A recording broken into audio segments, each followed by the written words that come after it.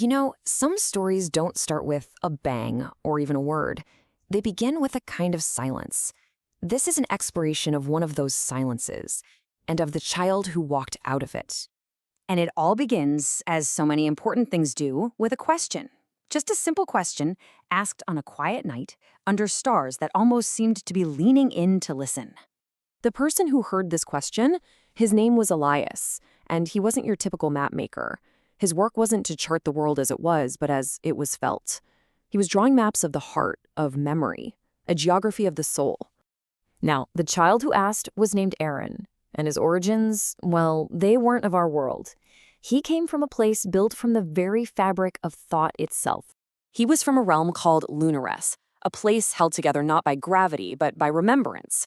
His people, the Starbearers, were ancient, and their minds held the crushing weight of eons. I mean, think about that. Every single moment, every choice, every road not taken, a perfect, unending archive of all that ever was. And in all of that perfect knowledge, they stumbled upon this terrible, empty space. It seems the burden of knowing everything had somehow cost them the ability to feel anything at all. So they made an absolutely impossible choice. They chose to forget. They called it the Great Forgetting, a kind of self-imposed exile from knowing it all, a desperate search for purpose in the beautiful, messy unknown. Aerin, being the youngest, was sent on this journey through the scattered pieces of existence. He visited worlds that were each was a kind of parable, a warning. His first stop was a place called Velorum, the Clockwork City. Here, every single citizen had a clock in their chest, ticking away their perfectly measured existence. They were absolute masters of the schedule, but complete strangers to the moment. And Aerin watched all this with this quiet sadness. It led him to a really simple but profound thought. They have all the time in the world, but they've forgotten how to actually live inside of it. After that, he found himself in a world that was just a perpetual stage. Its people lived only for the gaze of others. Without applause, without someone watching, they would just fade away. Their entire existence was just a performance, a reflection in someone else's eyes. And watching this fragility, Aerin whispered to himself the core of their hollow lives. They mistake the noise of attention for the quiet substance of love. His final visit, before he came to Earth, was to the Mirror Moon. Imagine a world of perfect polished silver, where every single surface showed you nothing but yourself. And in that crowded solitude, Aerin finally understood the deepest kind of loneliness. He was watching a whole civilization of individuals who, surrounded by infinite versions of themselves, had never truly met anyone else. So, from all these places of hollow perfection, Aerin finally came to our world, and he didn't come alone. He brought a conflict that was born in the stars right along with him.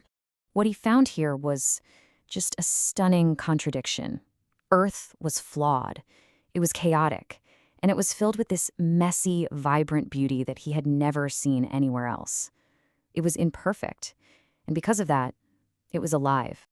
But you see, not all of the Starbearers were looking for meaning in imperfection. One of them, Morvek, had held on to his memory. He saw emotion not as a strength, but as a glitch in the system, a bug that needed to be erased. And he followed Aerin, trying to restore what he saw as order. So Morvek presented Aerin with a choice. He said, you can reclaim your godhood, your perfect memory, and rule an ordered, feelingless universe. Or you can fully embrace being human and forget everything. He could choose to remember, or he could choose to mean something. Morvek saw the child's fear, and he called it weakness. But Aerin, having seen entire worlds that were empty of feeling, he understood it completely differently. Fear wasn't the absence of courage. It was proof that something was worth losing. And with that one choice, Aerin just dissolved into the light of dawn. He left behind not an answer, but a new kind of direction. The cartographer, Elias, found it right where the child had been standing. A compass.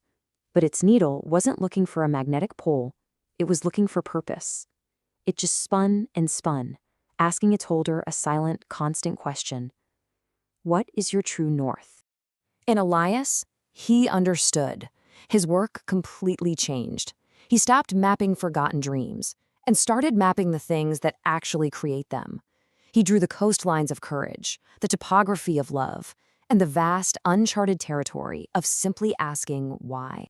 And they say that sometimes, on a quiet desert night, you can still hear a whisper pass on the wind, a little reminder from those silent stars.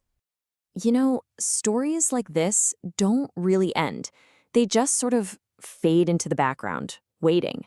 So the only question that's left is, are we still listening?